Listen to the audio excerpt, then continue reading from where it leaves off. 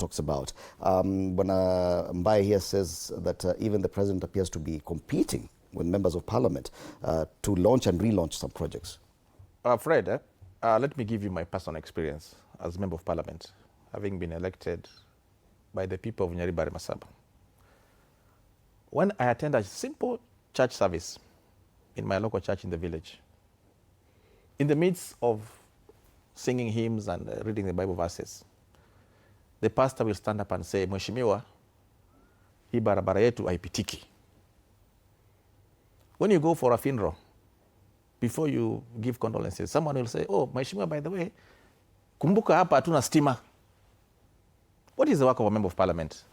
Legislation, oversight, representation. I can tell you in the Muli today, no one from Nyaribari Masaba has ever called me on account of telling me to make a proposal for a bill or legislation.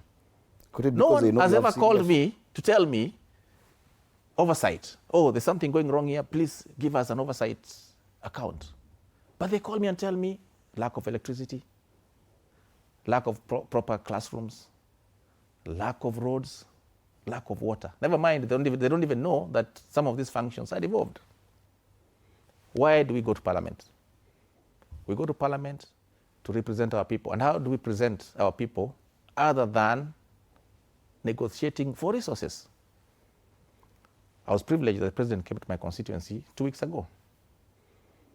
And I can tell you, Fred, without fear of contradiction, that my constituency has never witnessed such investment by government. Never mind, I'm just a member of parliament now into my 4th year. But previous history or records show that even the 10 years preceding my entry into politics, my constituency received a mere 70 million shillings. Other than CDF and KERA, which is universally distributed, my constituency only received money for last mile connectivity in 10 years. Today, I can show you what I have done. You cannot divorce politics from development. Mm-hmm. No one will ever elect you for speaking very good English in parliament, my friend. People elect you on account of what resources have you brought to your people, at least from where I come. That is why even Mr. Mbai, as he talks here, he knows very well that they are in this game so that they can skew resources to some areas. And what William Ruto has done is that he has done even distribution. Do you think it's viable for some of the projects he's made pronouncements on to actually succeed before the next? Another point I want to bring is... Could there be an issue of over-promising? Another point I want to bring is, in the National Assembly, we have recently enacted legislation development outside the budget line by attracting private sector investment. People like Mbai don't understand that you can have seed capital and through the National Infrastructure Fund attract private capital for projects that are commercially viable. And that is the route that we are taking to ensure that all these mega projects are completed. I think when the vision bearer thinks big, thinks broadly, and some of us criticize because we don't understand, we think small. Let me tell you, Fred, fly out of Kibera, go to Wilson Airport today and fly out of Kibera. Look at the number of housing units that are coming up. And let me tell you, we've been in this thing for 30 years, and I'm privileged that 30 years ago, I was a student of architecture.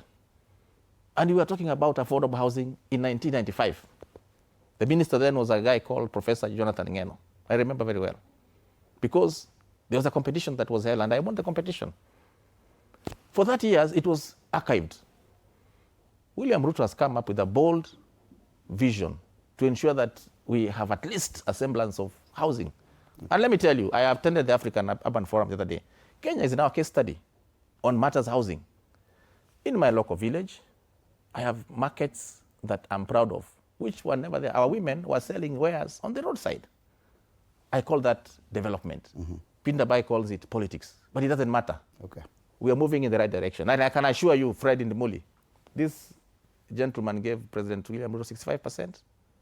Closer to the elections, it will be closer to 90%. All right. And the president has been keen to also talk about his development record in comparison to those who seek to replace him. One of them is one of your constituents that the